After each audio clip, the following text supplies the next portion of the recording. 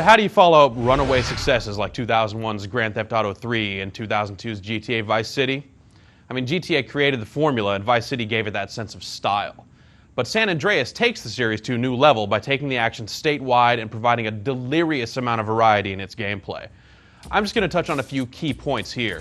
If you're looking for the full story, I recommend reading our full review. But the one thing you need to know is this: San Andreas does a fantastic job of living up to the Grand Theft Auto name. In fact, it's arguably the best in the series. Without saying too much about the game's story, it deserves to be said that the characters you meet along the storyline of San Andreas are some of the best parts of the game. They're terrifically portrayed by a skilled cast of voice actors, and they lead you down a number of really memorable storylines throughout the game. There are plenty of high points, but the one worthy of special mention is James Woods, who plays a character named Mike Torino. James Woods turns in a great performance, and he has some fantastic dialogue to work with. The game drops you into the Los Angeles-like Los Santos, and here the game introduces you to many of its new features. You'll ride a BMX bike almost immediately, for example, and later on you'll become embroiled in a deep turf war with the other gangs of the region. Once you leave Los Santos, the game takes on a more traditional Grand Theft Auto type of feel, relying solely on completing missions to progress the story. They'll seem pretty familiar if you know the series well. You'll drive people around, beat people up, perform drive-by shootings and the like, as well as the occasional casino heist and seizure of secret military hardware. There's been a lot of talk over some of the game's new features, particularly CJ's new ability to gain weight, stay in shape, build muscle, and so on. It's all true. You need to work out in order for CJ to perform his best in activities such as sprinting, jumping, and swimming. The good news is, as much impact as it can have on your performance and look in the game, the work you need to put into it is really quite small. Over time, CJ will develop a number of other stats as well. Respect is a big one. While you won't get money from every single mission you complete, you will almost always gain respect, which affects your ability to recruit some members of your gang to roll alongside you.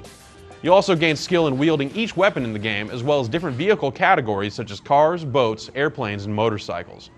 In the case of weapons, it will increase your range and accuracy, and ultimately it'll let you dual wield some weapons, while the vehicle stats largely tighten up the controls for you. Overall, the statistics have a solid impact on the gameplay with minimal need for management, and rarely, if ever, stand in the way of progress. The gameplay in San Andreas is a lot like the previous games in the series, but in a lot of ways it's more refined. The missions are less frustrating because they do a better job of letting you know what you're supposed to do and where you need to go to do it. The main story arc is lengthy, and just sticking to the main plot will sign you up for a 30 to 35 hour experience. If you're one of those people that just like to learn the cheat codes and cause as much chaos as possible, San Andreas has a lot to offer you as well, though you should probably try to progress in the story far enough to open up the bridges that connect the game's three cities.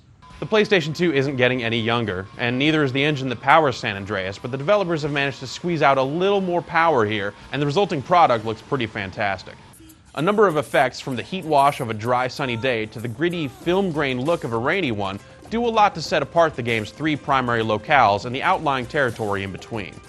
The cities all look great and do a lot to match their real-world counterparts, and the countryside in between gives a fresh face to the consistently urban-inspired look of the series. Countering that great look is a fairly unstable frame rate, but the game always runs at a playable speed. When you combine the good with the bad, San Andreas still looks really great overall. The audio in the game is no slouch either. As mentioned previously, the voice work and the script are both top-notch. While the in-car radio soundtrack isn't quite as inspired as that of Vice City, it has a number of high points, such as the hip-hop station in the city of Los Santos. Other sounds, such as the prattle of pedestrians around the city, the unique sound of each vehicle's engine, and the satisfying sounds of gunfire, all round out the game's audio quite well. Historically, games that have tried to do a million things tend to just end up as a disorganized mess. San Andreas, however, manages to pack in a lot of varied action, and better still, it does almost all of it really, really well. The story is great, the characters are memorable, and above all, it's just insanely fun to play. To sum it all up, Grand Theft Auto San Andreas is a thrill ride that shouldn't be missed.